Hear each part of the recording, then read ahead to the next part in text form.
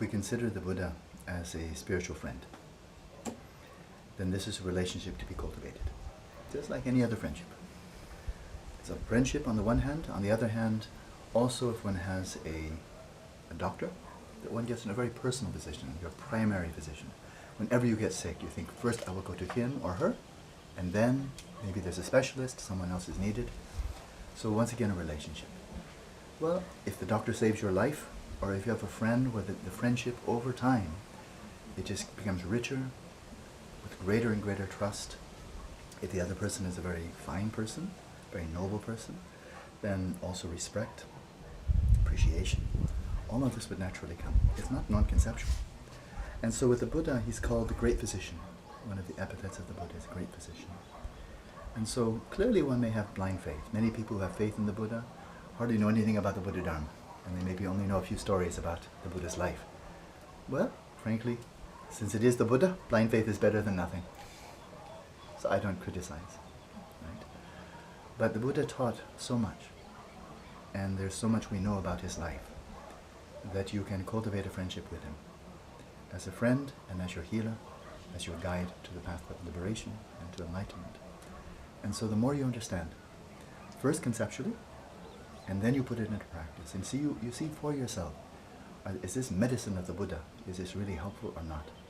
As you practice more, your confidence, of devotion, naturally increases. It's not non-conceptual, any more than a friendship is non-conceptual.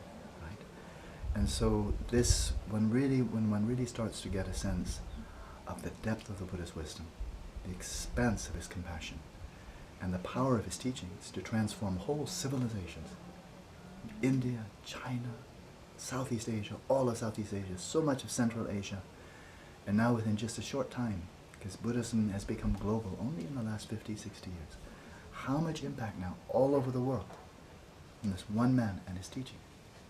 Well, then if one appreciates not only that it's big, that it's much impact, but the quality of impact, what influence does it have on people's lives, one's own and others.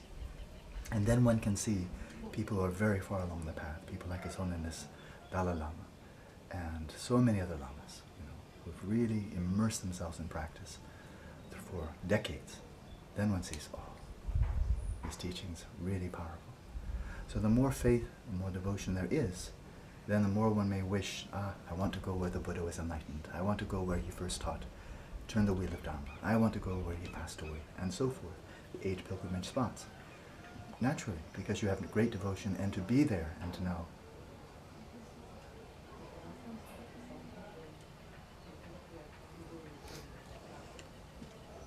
This is where the Buddha achieved enlightenment. And your heart is full. It doesn't have to be non-conceptual. Okay? Thank you so much. Always happy to talk about the Buddha.